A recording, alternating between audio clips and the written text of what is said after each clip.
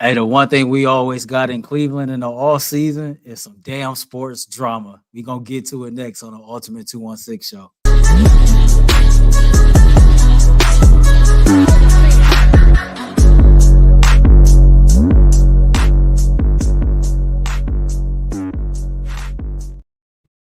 What's good, man? It's your host, Earl of Pearl. Man, you back for another episode of the Ultimate 216 show. I got my big bro, the big homie, the OG, G Bush in the building with me. What's up, bro? Hey, man, just still trying to recover from this little loss the Cavs took, but we're going to get into that. Yeah, it was more than a little loss. We got a couple of things to get into today. As always, man, y'all know the vibes when y'all pull up, man. Drop the hashtag U216 in the chat. Let me know where you watching from. And if you got any questions, any super chats, drop those. We'll get to those by the end of the show. Try to get to as many comments and as questions as you can. Before we actually get started, something personal I want to get off my chest. I announced last week that my first cousin is dealing with cancer. You know, she's in a fight of her life. And I put it out there on social media, put it out there on the show. And I just wanted to take a moment to thank every single last one of you all who went to the link that I have on my page and, you know, donated to her GoFundMe. We are using those funds to basically get resources and medicine that's not covered under insurance and things like that. I can't tell you all how much that actually means to me. And if I'm being honest, I was really too proud to put this out there, but I'm never too proud to do my part to try to help save my cousin's life. So I just wanted to take a quick second and to say thank you for all the thoughts, for all the prayers, for all the donations. Me and my family, man, we greatly appreciate that. And we truly thank you from the bottom of our heart. Let's get back to it. One other housekeeping thing, G, before we get started. So apparently there's it's been a lot of music beef going on. There's been a lot of groups out here that's being formed and things like that. Word is we are a part of a new boy band. You wanna address what's going on here? Yo, let's see. Who got too much time on their hands? Whose propaganda is this? Is kind of funny. I ain't gonna lie though, bro. And shout out to Creative Juice, man. Shout out to Creative Juice. I ain't even gonna lie, man. I don't even have no hair on my chest. Look at that taco meat over there, bro. That's crazy, man. Like, and Bull, like he's wearing a whole zoot suit. Like that thing, like that got bell bottoms on it. Like that's crazy. He got the... And it looked like you right there in the front. It looked like Tyvis is rubbing your back, and you're like, nah, don't do this in this picture. Don't do that. Hey, I'm screaming no Diddy. I'm screaming no Diddy. Don't do it. Heavy on the no Diddy. Tyvis, get your hands off of me, cuz. Man, so listen, let's jump right into it, man. Shout out to our colleague, our brother, man, Jason Lloyd. A phenomenal piece he put together. Over 2,000 words. Something that we kind of knew behind the scenes he had been working on for a couple weeks. It was just really waiting on the right moment. Him, Shams, Joe Varden, you know, they did their thing on that article. I think a lot was brought to the light of things that we had thought, things that we was curious about. And gee, I really don't even know where to get started, bro. You wasn't on the show today. It's a whole lot to unpack. We're not going to have enough time in this episode. I think this is the first of many conversations that we're about to have on this platform and the rest of them. Man, I don't know, bro. Like, you tell me. Like, I think the Cavs need to tear this thing down all the way to the studs, man. I think that, I know it's the day after, and I know emotions still can be high, but I think we've really been assessing this thing for a minute now. And I think a lot of us kind of had our mind made up that no matter how this playoff run went, that there was some serious changes needed to be made. For me, G, and I'll let you kind of, you know, get into it. But if your name is not Evan Mobley, if your name is not Donovan Mitchell, you expendable. And as far as the GM and the coach go, I think it's time for change, man. Well, the GM and the coach should have already had their bags packed. Them bags should have been packed a little bit ago, Earl. Like when you're talking about what's going on with the GM and Bickerstaff and Altman, they should have been out of here. And you know what? Last year, you go rewind them tapes. That's the great thing about the UCSS, right? you get an opportunity to go back to last year after they lost to the Knicks and see what exactly we said. I encourage people to do that. And so when Jason and McNugget said, okay, well, we're going to run. See, I don't got no time to be running stuff back where I already know. Like, if you got the crystal ball and you understand what's going on and you look at those teams, and I talked to you earlier about this, it's not so much of a gelling factor. It's not so much of a thing where we got to wait and see how they develop together or running it back. That's not the way it works in basketball, boys and girls. Basketball and football are two different sports. And I think a lot of times people conflate the two. In basketball, you know today if you good. You know today and tomorrow if you good. If you kept this team together and the roster together and the coaches together, your pieces are never going to wake up tomorrow and be better than Tatum and Brown. They're never going to be better than the cast in Denver. They're never going to be better, and they proved it. They're not better than the Knicks. So all this thought process that we're going to just chill and run it back and have some patience, now that's for people that's averse to risk. You don't get scared money don't make no money. And in the NBA, you got to have superstars. And we found out this round, Darius Garland is not that.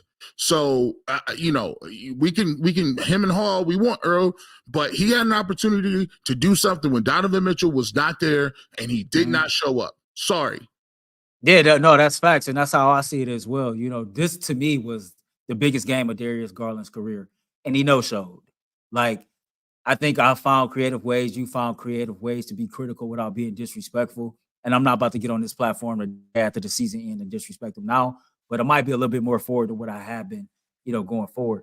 This was your opportunity to show that, to quiet all the critics, to quiet all the doubters and the naysayers about who you are as a player, about the moment not being too big for you, and you having that extra level of oomph inside of you to kind of like, take your game to the next level and help the Cavaliers like get a win.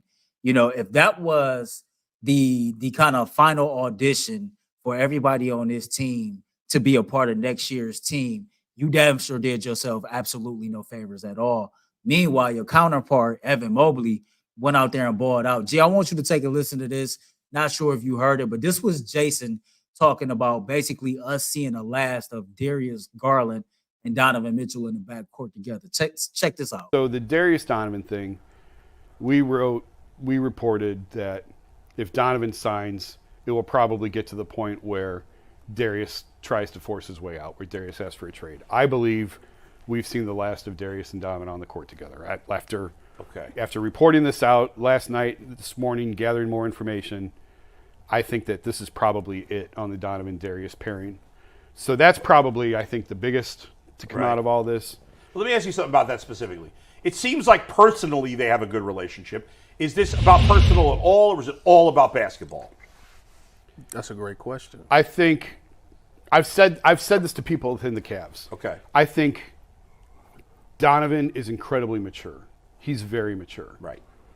For his age. Darius comes off sometimes as a little immature and doesn't really take anything seriously. Now, whether he does or not, this is how he kind of shows himself. Like, everything's a joke. Yeah. Doesn't really take anything seriously. Just makes some mistakes on the court you can't have. Like the 8-second violation.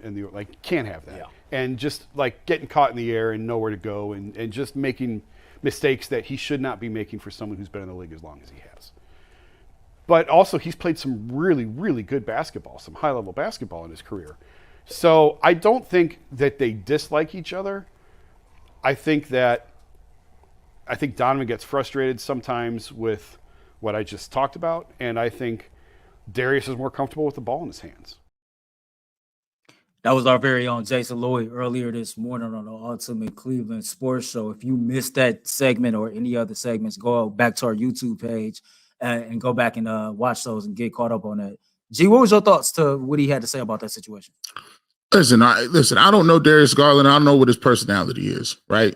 For me, I talk about what you do in the court. And when you look at those stats, 16-6 in the playoffs for a max player is not going to get it done. 16-6 against the Celtics, 16-6 against the Knicks, 16-6 against the Philadelphia 76ers, or even the Orlando Magic. Let's be clear. The Orlando Magic pushed you to 7 games, and they didn't have an offense, right? So I'm not going to go to his seriousness level. I'm going to your game, and I'm going to what I see on the court. On the court, I don't see a level of concentration. I don't see a level of focus and understanding what you got to do as a point guard to get your team involved. Too many careless turnovers in crunch time. Too many times that you don't know if he's indecisive or whether or not he's going to be aggressive in the game. Too many times he's dribbling a shot clock around, ring around the rosy. All that stuff, the 8-second thing was ridiculous. He'd been rolling the ball up the court, come on, man. Look, if we want to get to the highest level, and I keep bringing up certain things so we can remember, because here's a flashpoint we got. We all was there when we saw the Cavs play the Warriors. We was all there and saw what it took to come back from 3-1. If you believe it's going to take anything less than what they did, you don't know basketball, and you're not looking at what we're doing. Maybe y'all like doing to the games and just saying, well, okay, the Browns ain't that good. I just need to switch up during the year. We'll watch the Cavs be a 4 seed or a 5 seed and go eat popcorn or whatever. But we ain't got no time for that slow roasting stuff, because as we slow roast, Donovan Mitchell, who is your best player on your team, is trying to decide what he's going to do, stay here, go, whatever we're going to do, and we need to make some decisions today. Now, it's funny that Jason brought up the fact that, Darius kind of comes off as a little immature. Another colleague of ours at another entity, Chris Fedor, also at Cleveland.com, who covers the Cleveland Cavaliers, he comes on a barbershop pretty frequently. He wrote an article or had something to say, but the Bleacher Report quoted him, and this was the quote. Spider grew frustrated with some teammates' lack of maturity, focus, playoff level readiness, and willingness to listen. And the Bleacher Report quoted this as, per Chris Fedor. Well, Donovan Mitchell seen it, and he called cap. And I seen we had a couple people in the chat asking about what was cap. So cap is the slang for basically you're lying, you're full of shit, or you're bullshitting. Yep. So in a nutshell, that's what cap is, right? You full of it.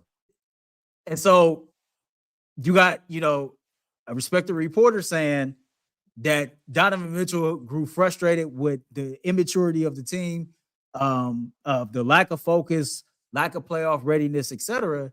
And then you hear Jason talking about Darius Garland's lack of maturity in his opinion.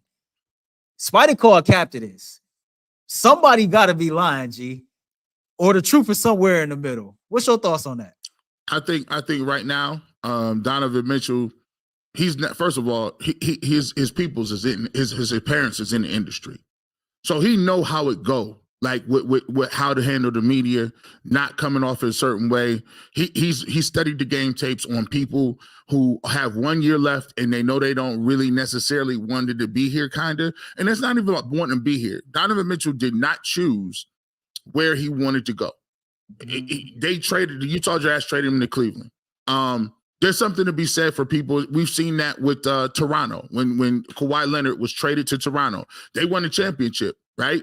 That next summer, he went to the Clippers because that's where he was from, and he did not have a choice where he got chosen to get traded to. So I don't got no problem with that. And I think what Donovan is doing is he's like, listen, I'm not going to go into the season because right now, everything's in flux. Hey, they might be talking to LeBron behind the scenes. Hey, they may talk to us, hey, do you want to get rid of this person or this person? Hey, is there a contingency plan? Will you sign if we do this, X, Y, and Z? So right now, he's not going to say nothing to spite his face. Now, here's the thing. I don't gotta wait for somebody to tell me. I can watch the body language, right? When he was coming off the sidelines in the Orlando game, Earl, we saw it. He's pointing. You over here. No. Don't do that. Don't back cut right here. We flare out on that. I'll hit you. Or he's doing that a lot to Darius Garland. He's doing it in the middle of the floor when he come off timeouts. He's talking and communicating to his guys all the time. So yes, he's frustrated with some of the things going on. You think he liked the fact that, his supporting cast and Strus and Niang didn't show up that are veterans? You think he liked the fact that some games Evan Mobley is not aggressive? You heard him. Be aggressive. All those things are, look, he's at a different point in his system and his age than they are. We know that, Earl. You got his some mentality different. Right. Me and you talk about it all the time. G, his mentality is different. He said it after Game 7 against Orlando. Yeah, making it out the first round is cool, but let's not take no victory laps about winning the first round series, right? our expectations of ourselves internally should be much higher than that. And, to be at those home games covering the playoffs throughout the entire postseason, when they go to timeout and they cut the commercial break, whatever that's going on, that on the court coaching continue. That on the court trying to motivate Darius Garland and others continue. And so, I don't think that Chris Fedor is all the way wrong, if I'm being honest with you. No. I think that naturally, frustration would come about if you constantly feeling like you're saying the same thing over and over to somebody and you're not getting consistent results, or the result just ain't changing overall. And it's kind of like it's one of those like, damn, man, come on. What else do I got to say? What else do I got to do? And, when we talk about that added layer of frustration, another part of the article that Jason pointed out was what we know is Jarrett Allen. It was a pierced rib, happened in game 1 versus Orlando. He proceeded to play the next 2 or 3 games. Mm-hmm. We never seen him again, right? Now, he shot around a couple times after the fact. From what we understand, he could have worn the rib protector type Velcro vest around or whatever, and he could have gotten a shot to attempt to try to play the game. And the article stated that some people within the organization was pissed off behind that. Some players was pissed off, but he also had some players support. And it's funny because we had that conversation in this office this morning, and me, Anthony, and Mike all felt differently about this situation. I'm going to tell you how I feel. I want to know how you feel. Everybody in the chat, shout out to all 257 of y'all. I want to know how y'all feel too. This is where I stand with that, right? I'm not nobody to talk about anybody else's threshold of pain or how much pain they can tolerate. And I'm damn sure not want to tell anybody what they should and shouldn't put inside their body. But damn, I am the same person that sit here and talks about iron sharpening iron. I am the same man that sits here constantly and talks about energy being transferable. I see my superstar guard out here on a leg and a half. And he's been on a leg and a half since the All-Star break, constantly busting his ass and doing everything he can to lead this team to victory, giving it his all, no matter even if it costs him his normal offseason, whether he got to go have surgery or rehab, whatever the case may be, because of this injury, his offseason is not the same. The same dude that I seen drop 50 points, 18 in the fourth quarter, and nobody else can hit a shot. This is the dude that's out here busting his ass all day long, and you wasn't even willing to try to see if you can play? Like, you wasn't even willing to try? How in the hell can I say that I want Jarrett Allen on this basketball team moving forward? Like, how can, and I'm being so serious right now. Dude, and those type of moments and those type of situations, man, that's what separates the men from the boys, the big dogs from the pups. Where you stand on that? So, look, I could only give you an example of this when it came to me. Everybody knows that I had 17 surgeries. First of all, I'll say this. Everybody's pain tolerance is different. Everybody knows their body or whatever. I could only say what I would have did in that situation, right? Now, when I was in high school, I had an extra bone growing through my leg. I know it sounds crazy. It's weird. So the bone was growing through my leg. So obviously, it's kind of jagged. So it's growing through muscle. Every time I would get hit or fall playing football, my leg would be excruciating. I'd be in excruciating pain and didn't know why. So I played the whole season. It gets to the 7th game of the year. It's the first time me ever playing. And, I'm getting scholarship offers now. I'm like, wow, this is awesome. I get injured. I go to the doctor, and the doctor says, yeah, you got an extra bone growing in your leg. And I'm like, what? They're like, yeah, it's right here. They show it to me. I'm like, okay, well, what does this mean? Am I done for the season? They said, well, look, if you have surgery right now, yeah, you're done for the season. We was in the middle of a state championship run, which we did win that state championship, but I started both ways. And they're like, look, you can say we can possibly try to give you a shot.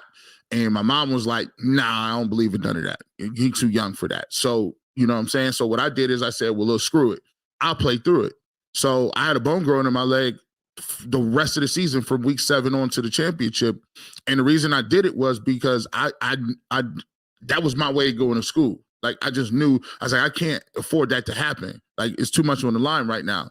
And so I used to have to go get treatment every single day at 4:00 in the morning at the school so people wouldn't know. Like, and I couldn't tell no recruiters because I thought it was going to, mess me up. So at that point, I could only tell you what I did. I said, listen, I'm here. I need to get this done. And at the end of the day, at the season, I have surgery. I had surgery at the end of the season. And when it was done, but I sacrificed because I knew there was only one moment in time that I'm ever going to get a chance to live that. And a lot of people don't think of that. You know what I'm saying? But that's just me. But for me, my teammates and my coaches, they appreciated the fact that, I stuck it out and didn't say nothing. You know what I'm saying? And just came and played. But it was tough. But, for me, Jarrett Allen, he had a nice bounce back year.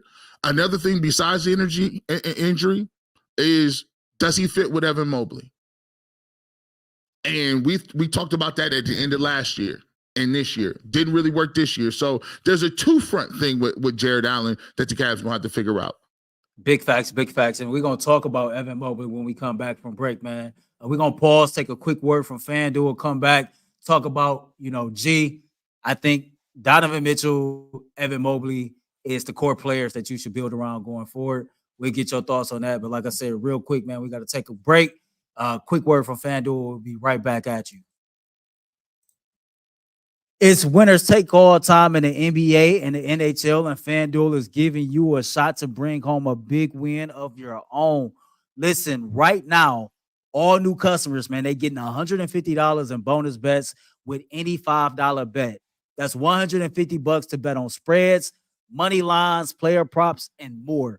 All you got to do is visit FanDuel.com/UCSS and make every playoff shot count. FanDuel, America's #1 sports book. All right, G, we right back at it, man. So, to me, third quarter, game 4. Actually, we could go game 2, but it was, to me, third quarter, game 4. I felt like Evan Mobley flipped the switch. It carried over into game 5. The dude never looked back. For as much constructive criticism we've had of this man all year long, for him to kind of close out his third year in the NBA the way that he did, I am more encouraged about his future than I was probably 3 weeks ago, right?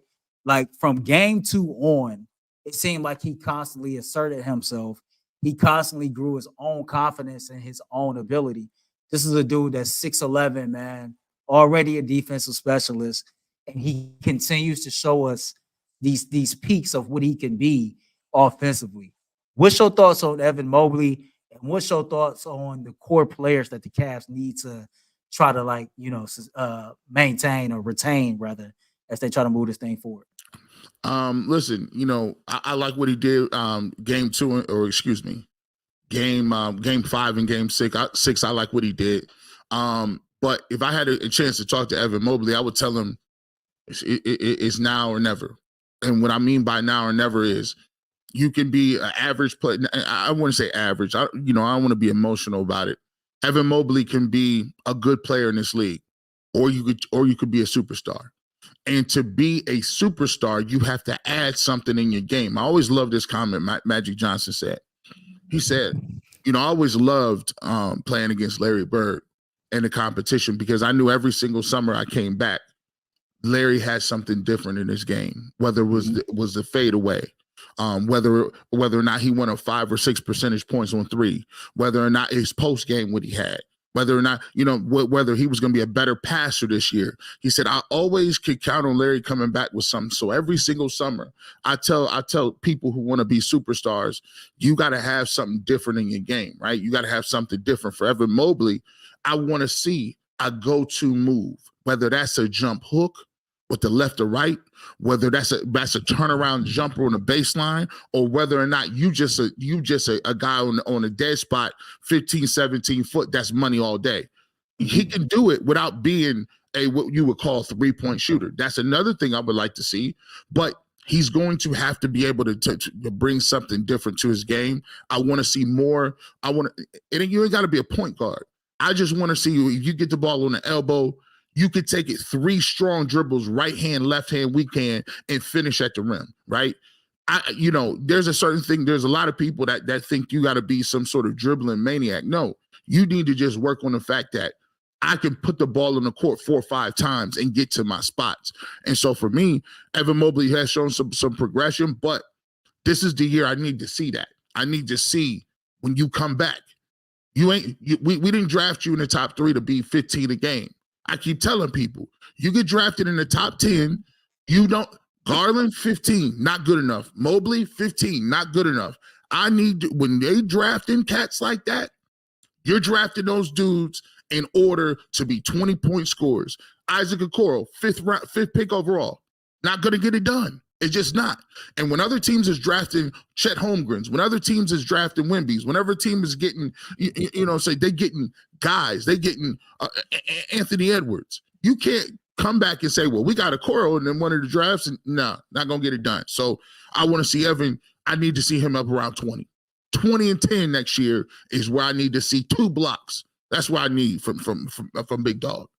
I think that, of course, everything is dependent on, Donovan Mitchell being willing to sign a contract extension with the Cleveland Cavaliers. But when and if that happens, and all the big dogs in the city is kind of saying now that they believe that Donovan Mitchell is going to stay, sign a max contract with the Cleveland Cavaliers, or sign a contract extension with the Cleveland Cavaliers, and move forward. G, me and you had these talks. I'm one of the people who never really believed he was leaving. That's just me personally. Maybe I was just drinking the Kool-Aid as you like to make up, but that was just my thoughts. And it's leaning towards, okay, Spider is going to be here. And so for me, I look at Spider and I look at what Evan Mobley can be, like what I see now and what he can be. And I feel like, okay, I got 2 players that I can build around. But if I'm, and then maybe this is just emotional, but if I'm looking at every other position on this roster, I'm looking at the coach and the coaching staff, I'm looking at the general manager, everybody else can go because of what you just said right there, right? You think about this.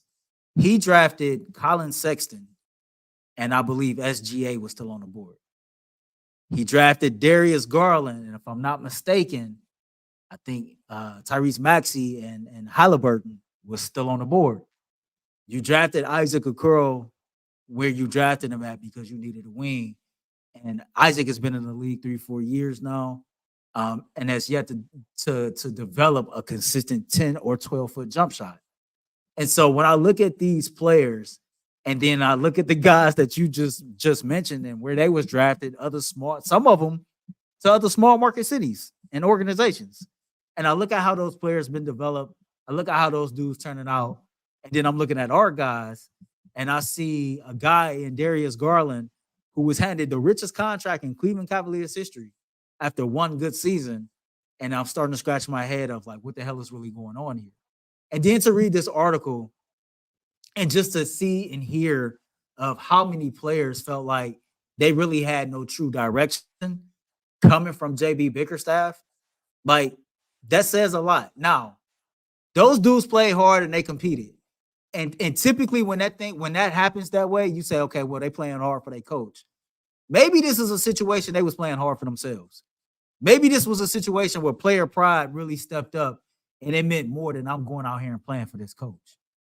And I'm just looking at this whole thing, man, and I think when it's all said and done, if you can get Spider to re-sign, you got him, you got Evan Mobley, and then you try to figure this thing out moving forward. Because I don't believe that you compare him and Darius Garland in the backcourt again together, and I don't believe that Jarrett Allen can be on this roster anymore.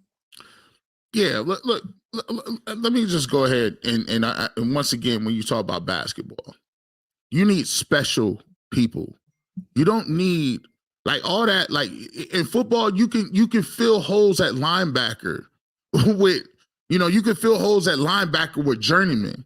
But you look at what Kobe Altman brought in. Max Strus gave you, he's not a starter. Max Strus is not a starter in the NBA, right? George Niang is not a guy that's going to, George Niang, first and foremost, I said that now I'm not trying to be mean. He going to have to reevaluate what he's doing because there's no way he should be playing at that size and not being in the best condition of his life. On the defensive end of the court, he can't guard anybody because he's too slow-footed. Max Strus is a mismatch for all these other guys. Guys are 6'9", 6'8", pulling up right over him. The Cavs, when they play the Celtics, look unathletic. They just are. You look at Darius Garland, who could not blow past Al Horford.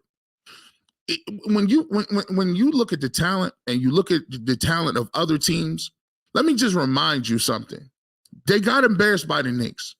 But I feel if they play the Knicks this year, they get swept. I don't think they get a game. The way DiVincenzo is shooting, Mike Hart getting 18, 19 rebounds, not to mention OG Anunoby killing Hartenstein. You know what Mitchell Robinson and Hartenstein do. And you still got Julius Randle, he was a 26-point scorer in this league, who didn't even play. And you sitting here trying to tell me about Darius Garland and Okoro. Come on, y'all can't be. Listen, do you listen to music or do you just skim through it? Shout out to Batman, man, for the super chat, $4.99. He said, fire Kobe Altman, trade Darius Garland. JB literally did what Kevin Stefanski did, and he won Coach of the Year. Shout out to you for the super chat. I had it wrong. My man told me Maxey and Halliburton both came out in the 2020 draft. Cavs drafted Okoro at number 5 overall that year. So my apologies on the misspeak, but I think everybody get the gist. That's I think everybody right there. Right there. Just stop it. We can do this. We can do minutes on this, Earl. That right. Anybody is apologizing. That right there, you're dead. There's nothing you can come back from with that. Chuck said Jarrett Allen got to go. Garland and Jarrett will call out from the paper cut. Hey, that's facts. I got a paper cut fam on my thumb. I can't work today. Pull Rob K's comment up. He's doing a lot of. Pull him up. Where he at? Get Rob K. He at the bottom. Yeah, at the bottom where Rob said. This might be Kobe Altman's cousin. 33% of Cleveland fans, we didn't win the chip, blow it up. No, you got swept last year in the first round, Rob K. You went to 7 against the Magic this year. You want a cookie? Is that what we want? 33%. Listen, and there's 66% of fans that just like to go to games and wear jerseys. I'm not one of them. Hey, Rob, I'll say this, bro. I respect everybody's opinion, but I'll say this. Just go check JB's overall record since he's been a head coach of the Cleveland Cavaliers.